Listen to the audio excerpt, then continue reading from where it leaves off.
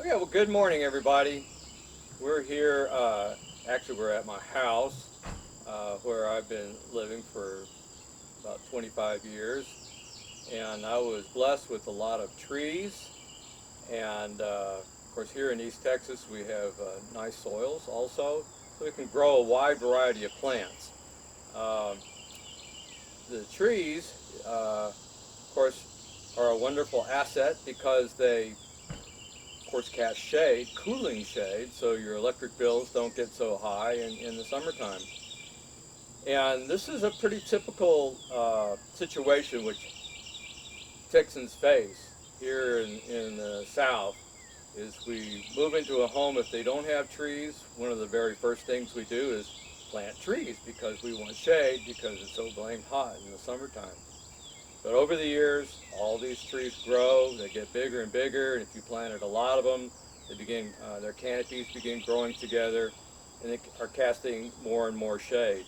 Until eventually, some of the plants that you may have originally landscaped your house with, some sun-loving shrubs, perennials, your grass, if you had Bermuda grass, it starts thinning out.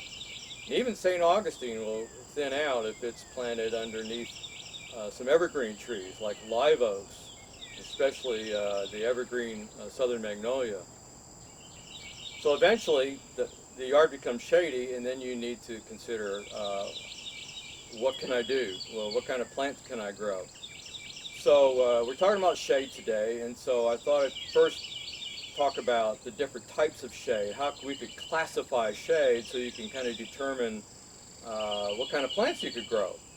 And these are not official designations. These are just something that I use for considering what kind of plants I should plant there. So I would call one deep shade. And deep shade would be something that may be under a stairwell, on the north side of a house, or on the north side of a fence, uh, or if there's an overhang, if you have a long overhang on the north side of the house, it never gets any direct sun.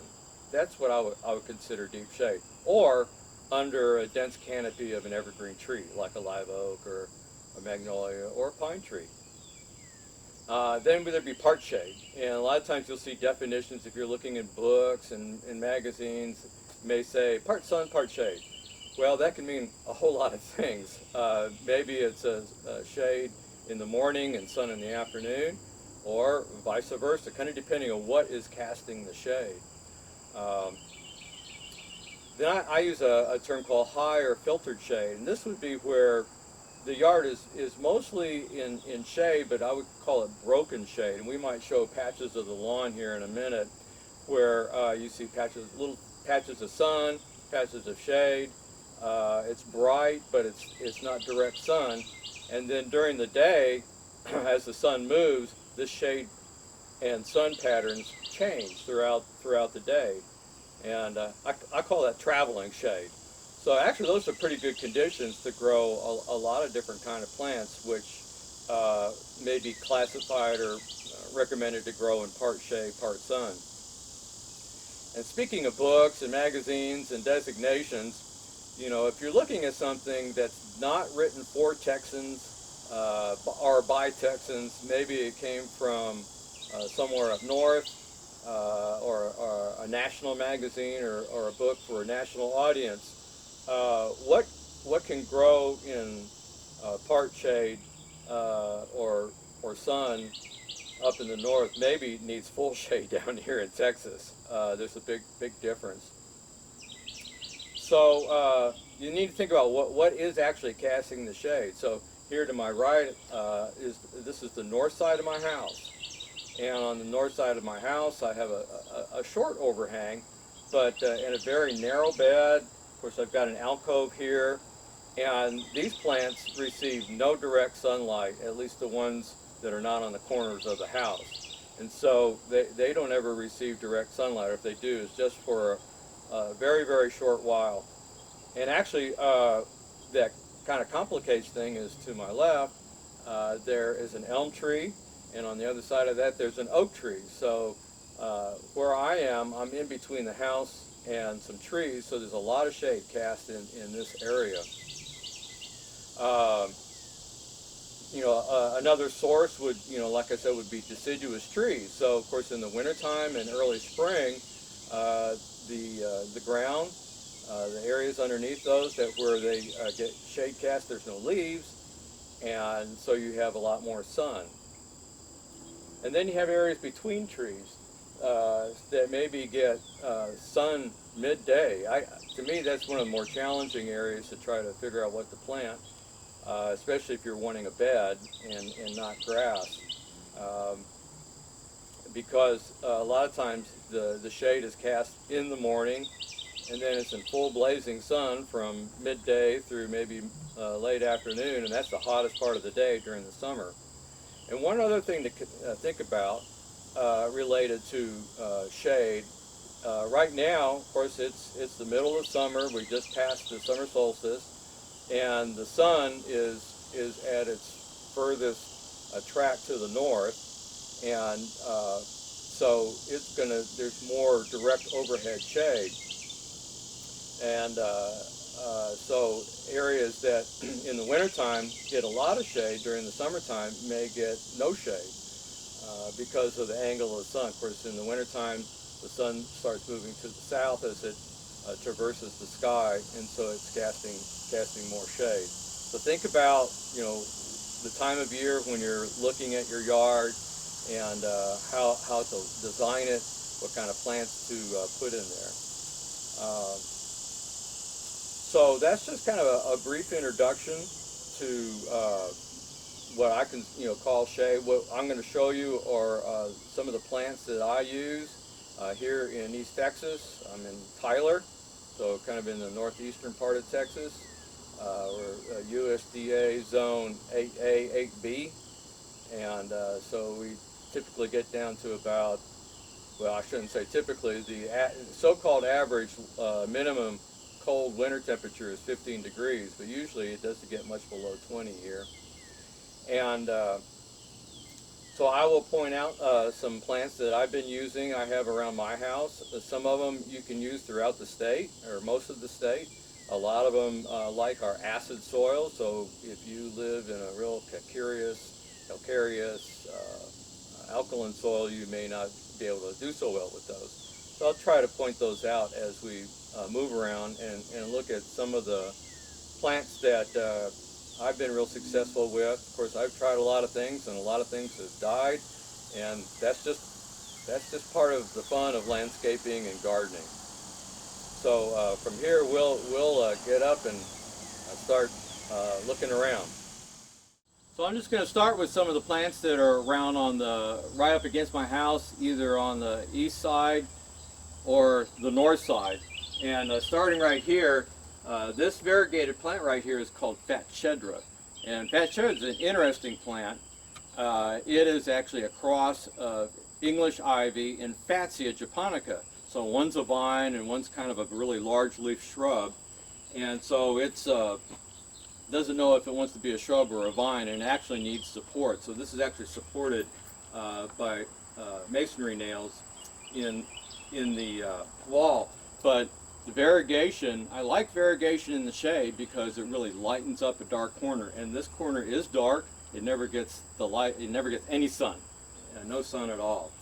So it's a great plant. This particular variety is called golden variegated Fat Chedra or Anamiki. So down here is a relatively common plant in the trade right now. This is a Mahonia japonica, and it's the cultivar name is called Soft Caress. And there are a lot of different kind of Mahonias. All the Mahonias are excellent plants for the shade.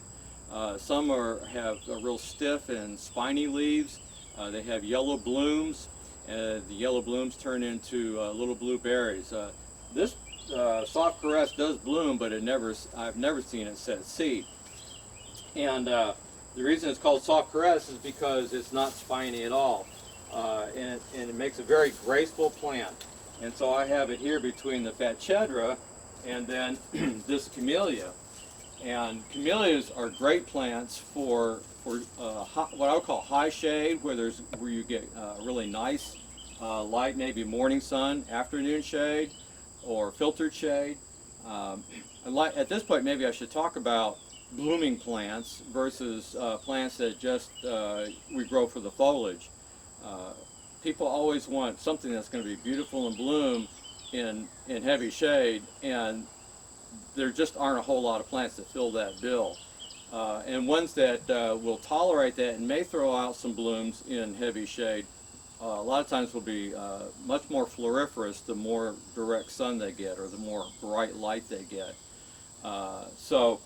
This particular variety is called Shishigashira. This is a Camellia sasanqua, and I have actually espaliered it on the corner. There's actually two plants right here, and I shear it back every few years. The sasanqua camellias, they will bloom in the fall, and with smaller blooms but have a very heavy bloom.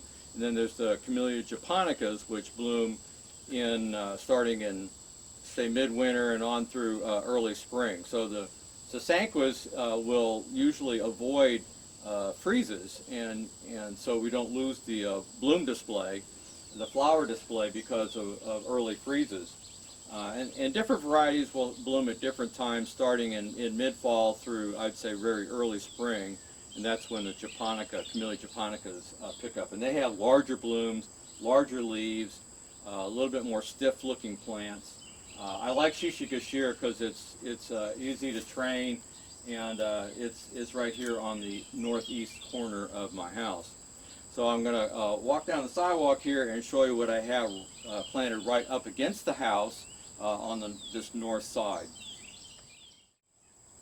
So when I bought this house, I inherited the sidewalk and the bed. This narrow bed on the north side of the house is only about a foot and maybe a couple of inches wide. Very, very narrow. So it's always been somewhat of a challenge. What can I plant in there that will grow in there? And I would like it to be fairly long term. And so I have a variety of things in here that I wanted to show you. And the first one is this ground cover, and it's in a serum. It's also called ground ginger. It spreads by little rhizomes underneath the ground, and it just has nice little variegated leaves. And I have it in a couple of places in my yard, and it makes a nice little ground cover. And right next to it, all along this bed, I have one of many different types of ferns that I grow in the shade. And I really like ferns for shady areas. Ferns are so graceful. There's a lot of different types of ferns. Ferns have different textures that add diversity. You don't have to have blooms to have an interesting landscape. Also, some ferns are evergreen. Some ferns die back in the winter, and you don't have any foliage in the middle of the winter time. So I have a mixture of both. And some ferns are clumpers, which means they don't rapidly spread or spread at all by rhizomes underground. And then other ferns, of course, can grow and fill in a very large area. What I have here this is called tassel fern, and I really like it. It has kind of a coarse leaves. It has very attractive new fronds as they come out, and it's somewhat evergreen. And after a hard winter, the evergreen leaves sometimes begin looking kind of tacky, and so quite often, just before spring starts, I will cut back the foliage, cut all the foliage off, even though it's quote evergreen. I just like to have all fresh foliage coming out, and it doesn't take very long. I leave the foliage until I first begin to see the new croziers, the new fronds beginning to emerge. So moving back here is an evergreen shrub, and this is an aucuba. And this particular aucuba is green, and you may know other types of aucubas as the gold dust plant that have the large green leaves with splattering of yellow flecks or larger splotches of yellow. This is a green one. It's a very compact and short one. I I can give Greg the cultivar name when we finish, and he can tell y'all what the cultivar name is. I've been growing this in this bed for probably 25 years, and this is about as tall as it gets. And of course it keeps wanting to come out over the sidewalk, and so every year I will take out some of the branches that are overhanging a little bit too wide. And eventually I may make the sidewalk wider so I don't have to deal with that so much. But akubas are great for shade. And they really don't like midday shade. The leaves will burn, but you can grow akubas in a lot of parts of Texas, and they're excellent plants, shrubs for the shade. And behind it here, I've got in this hanging pot on the wall, achemones. And achemones is a little tiny geophyte, a little bulb, a rhizome, that produces these pansy-like looking flowers, and one of the common names for it is orchid pansies. And you can grow them in containers, you can grow them in the ground, you can grow them in sun, or you can grow them in shade. It's surprising. I have been growing them more and more in the sun, and I'm always surprised how well they do, because I've always considered them to be a shade-loving plant. They're kind of related to African violets, but they're hardy for me. I think they would be hardy for most of the state, and they multiply nicely. And if you're looking for some achemones, you might be able to, if we have the fall bulb sale, the Smith County Master Gardeners usually have a bulb sale every October. If this current situation allows it for them to have the sale, we will have achemones available if you want to drive up to Tyler and get some. So I'm going to keep walking along here. I've got more of the tassel fern. And here is one of my favorite plants. This is called Farfugium. That's the botanical name. They used to be called Ligularias, and then the taxonomists changed the name to Farfugium japonica. And this one has a really interesting variegated pattern. During the summertime, they tend to turn more green, but when they're first coming out, they have a very bright splashed white variegation against this dark green leaf. And in a minute, I'm going to show you another Farfugium that is just a great one. It's readily available. This one's harder to find, by the way. But another Farfugium is called Gigantea, and it has tractor seat sized leaves. They're big, they're dark green, and I have one in this alcove here, and I will show you that right now. Here's I had rooted some of my akuba and planted it here to help balance things out, and so it is so slow growing, I'm not concerned about it kind of taking over. So right here in this area, and we'll move the camera in a second, I want to show you, this is very dark. This I would consider deep shade, because it's inset on the north side. And so my answer to that is to grow things in pots. So here in this kind of a deep shaded alcove entrance to my home, you like to dress it up. You always like to have something to draw the eye to the front door. And I was telling you about the tractor seed, or the Farfugium giganteum, and here's one. Actually, the leaves can get about this big around, and if we have a second segment of this in the shade garden in the Tyler Botanic Garden, located in the Tyler Rose Garden, we have a gigantea that's been there since about 2000, and it has leaves about like this. It's very, very bold, dark green.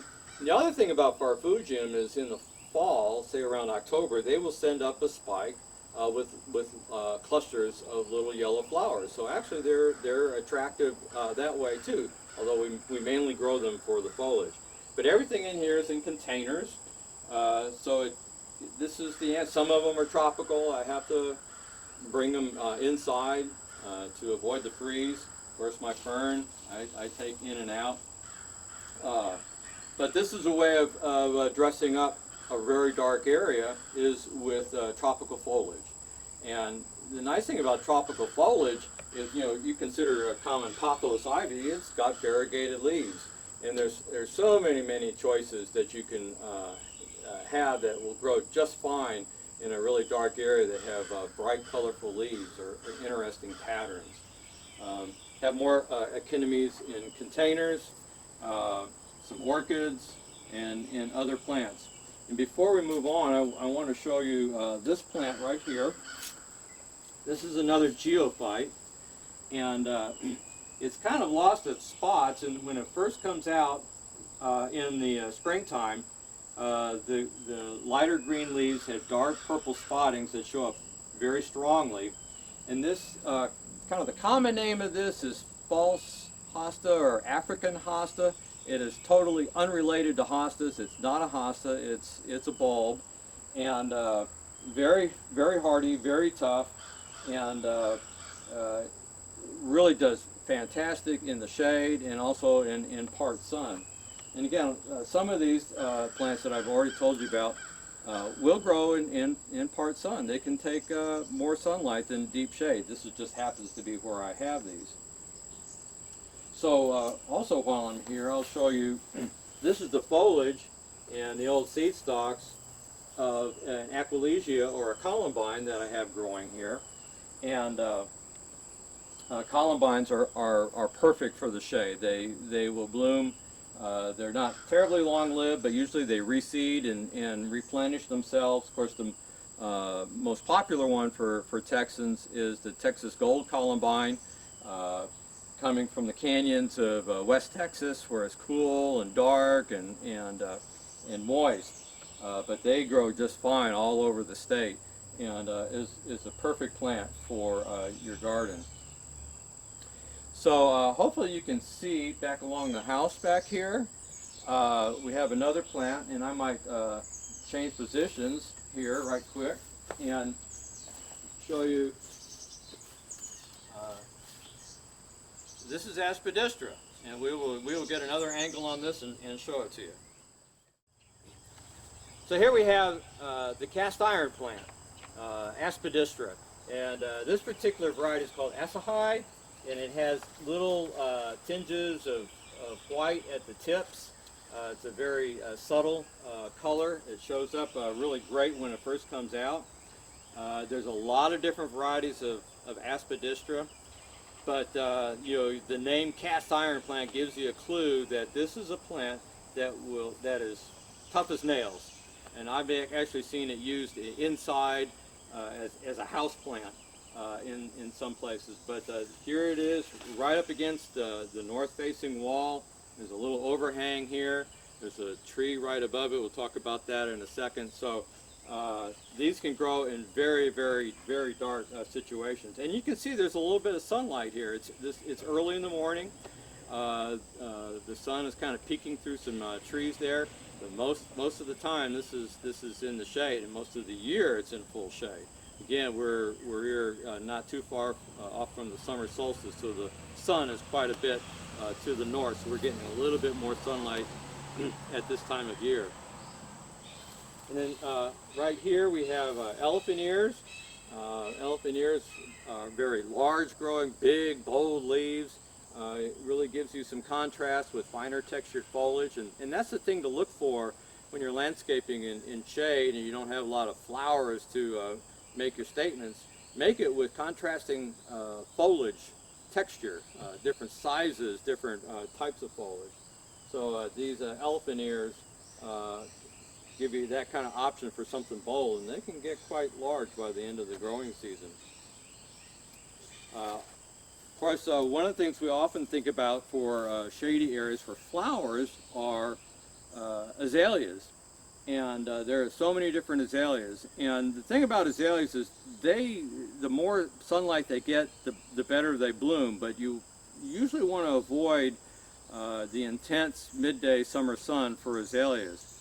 These actually get a fair amount of sun in midday. This is one of the encore varieties, and there's almost 30 different encore azaleas, and they get their name because they will bloom, repeat bloom during the growing season.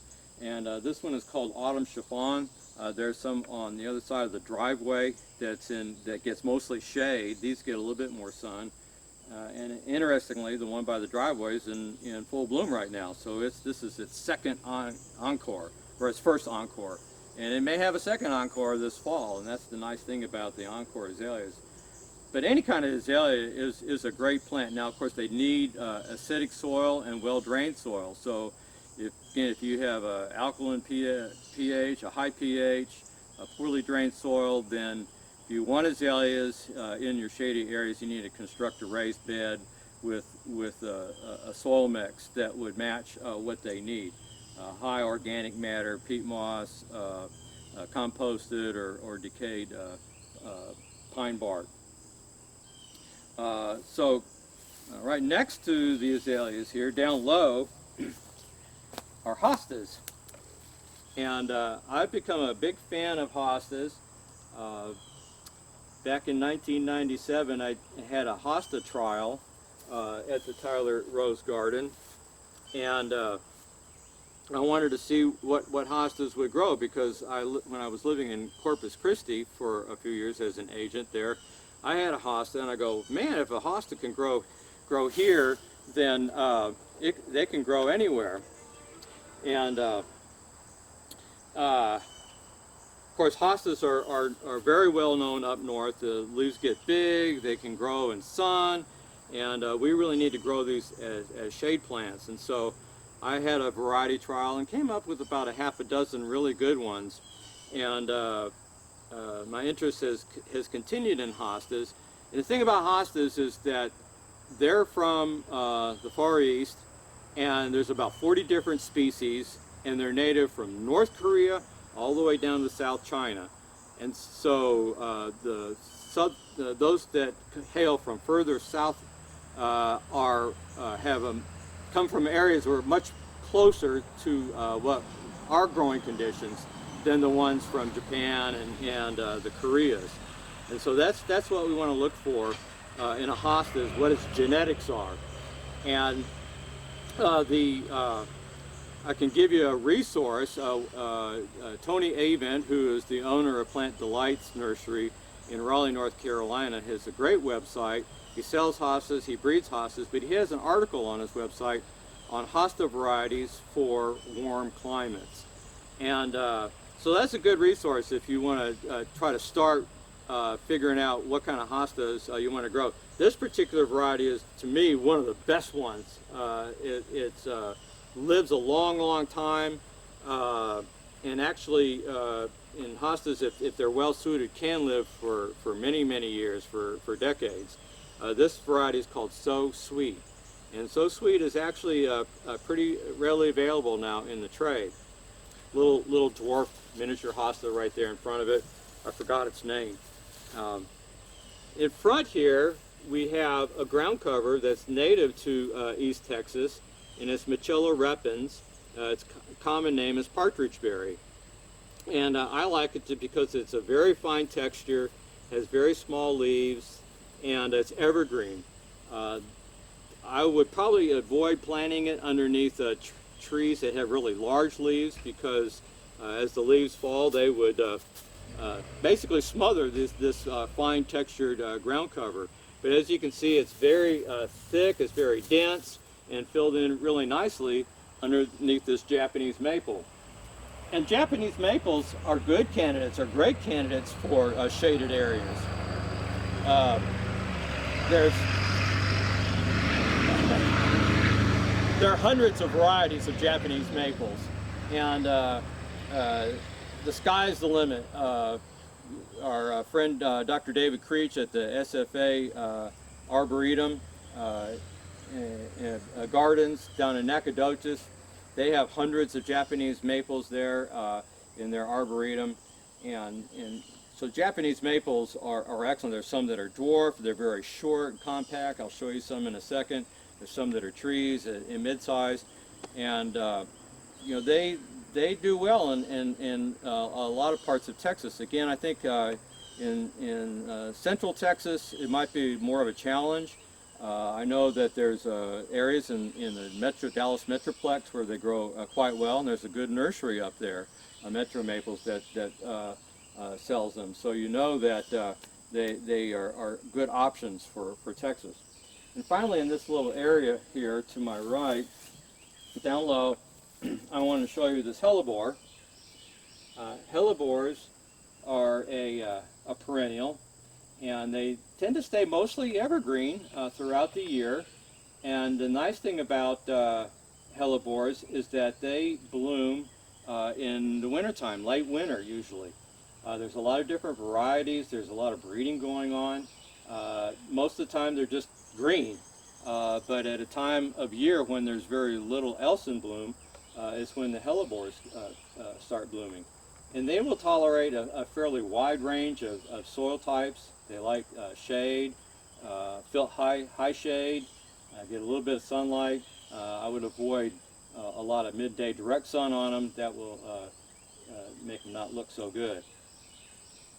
So I want to show you some other ferns and a few other plants that we have in our shade area here. All right, over here I have dwarf mondograph or dwarf monkey grass, and this is a very slow-growing evergreen ground cover. It's great as a lawn substitute for shaded areas. It can grow in very dark shade, high shade. This gets a little bit of midday sun, and so it can tolerate that if it doesn't get too dry. Of course, there's the regular mondo grass, which will get about this tall, and I have seen that used as a lawn substitute, and it spreads a little bit faster. But this is a very slow-growing but tough as nails plant once it's well established. Of course, one of its relatives is liriope. You have the green liriope. The variegated liriope has wider leaves. They can get anywhere from 4 or 5 inches tall to some of the larger ones, maybe a foot tall. They have attractive lavender blooms, and they can be used as borders or planted in a grid to make a ground cover. One warning I would say about liriope is that there's 2 different species. There's muscari and spicata. And spicata is one that will run by underground rhizomes, and it will spread fairly rapidly. And if you are wanting to use it as a border plant, and I've seen liriope used quite often, matter of fact, there's a good example of that in the shade garden in the Tyler Rose Garden. But if you use spicata, which runs, and you're thinking you're just going to have an edging, it will get into the rest of your bed. So when you're buying liriope for a border, make sure you're getting a muscari type. And then right behind me here is a juga. The juga will grow over most of the state. This is a bronze ajuga, has little spikes of blue flowers, and the bronze ajuga foliage looks very attractive the rest of the year. And ajuga is a very hardy plant and is well adapted to most of the state. A couple more hostas here. This is etched glass. Stained glass is another hosta that's very similar to it. This is a sport of stained glass. And behind me is, again, farfugium. You can tell I like farfugium because I have a lot of them. There's azaleas underneath this elm tree, and there's actually also directly underneath the elm tree. Now this is on the west side of this elm tree, but the overhang goes out about 20, 30 feet. Of course, this is Turk's Cap. This is Pam's Pink Turk's Cap, an introduction by Greg Grant. And while it's not as dense growing and as floriferous as if it was growing in full sun, you can see it is actually blooming. And of course, it's a hummingbird magnet, and so you can use Turk's Cap in your garden in highlight areas. And then Nandinas is another option. Of course, again, Nandinas can grow in mostly sun. They do very, very well in part shade. Again, this is on the western side. I have a oak tree right here, an elm tree right here, so there is a lot of shade, but again, this is facing west. So this is another possibility for your shade garden are Nandinas, and there's many different types of Nandinas. The newer varieties tend to be more compact. Some of them don't bloom and set seed. So there's some concern about seedlings becoming invasive in areas. So if you're concerned about that, or you can just cut off the seed heads. So maybe we'll finish off on the along the driveway. There's a few things over there I can show you, and so let's go. So I just mentioned the liriope. Here's a variegated liriope right here. You can see its bloom. This is just used as a corner plant. I've got a large pot of the orchid pansy here blooming in this pot, and you can see how lovely that is. More ferns. There's a couple of ferns in this bed right here. This is autumn fern, which is a very popular and common fern. It's an evergreen. Sometimes I cut back the foliage in early spring, sometimes I don't. It depends on how it looks, actually. The new growth has a bronzy cast to it, and then it turns this nice green. So it's a great evergreen plant. I have a photo of autumn fern with snow on it, and didn't phase it at all. So it's a great fern for us. And back behind it is a lady fern, and lady ferns is much more graceful, more delicate. It's also this is autumn fern compared to lady fern. Lady fern is deciduous. It dies back in the wintertime, and then it will come back. Autumn fern is a clumper. It does not spread. Lady fern spreads very slowly, but not so much to be of any concern. Now, this nice variegated plant right here is called Solomon seal, and Solomon seal is a great plant for the shade. And this is the variegated Solomon seal, and in the early spring when the leaves first come out, they have little tiny flowers, white flowers that go down the stem in the axil of the leaf. So this variegated Solomon seal is a wonderful plant. You can see a fairly large planting here, the false African hosta. There's some more columbine back there. That's the Texas gold columbine. Some in container here is a lady fern, which I do protect in the wintertime, so I don't leave it out. And I mentioned the dwarf mondo earlier here. I've used it in between the flagstone, and that's a great use for it. It really helps accent things. The only caution I would say about using it in this way is it could be a tripping hazard, so you want to plant the mondo low, so when it first comes up, when it grows, the stones are actually at the height of the mondo grass, the top of the mondo grass. What's happened with my flagstones is the moles have excavated underneath there and everything has sunk down. Another fern right here, and this is a wonderful fern, will grow all over Texas, and this is the southern maidenhair fern. It's mostly evergreen.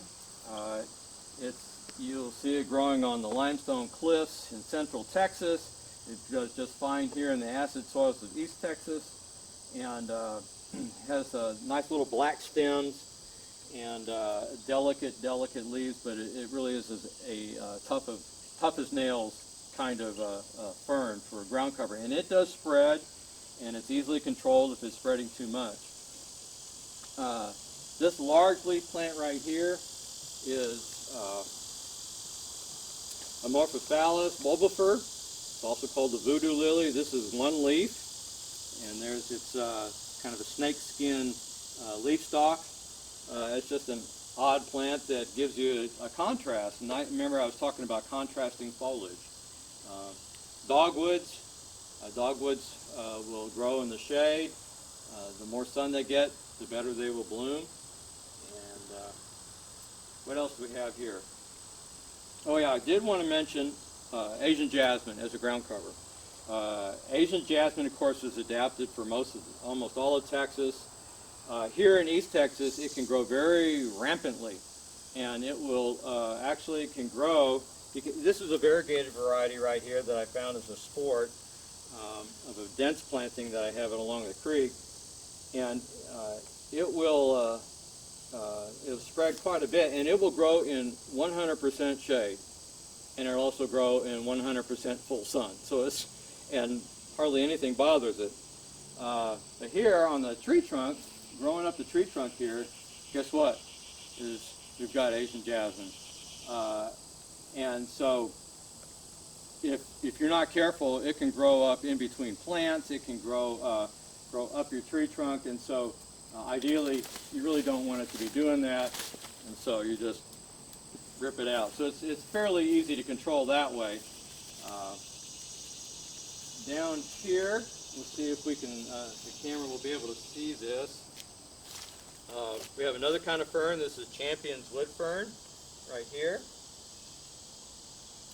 And then down here at the end of the driveway is the boxwood, and boxwoods can take quite a bit of shade. You can see there's a lot of sun here, but the oak tree, I would say within about 10 minutes this is going to be in shade, and it's going to be in shade for the rest of the day. It's morning here. So this is a newer variety. It's been on the market for a while. It's called Baby Jim, and where it gets more sun. I mean, obviously boxwoods can grow in full sun, but they also do okay in shade. And if it was growing in full sun, it'd be much more compact and much more dense. But I've had this for maybe 10 years, and I've never pruned it.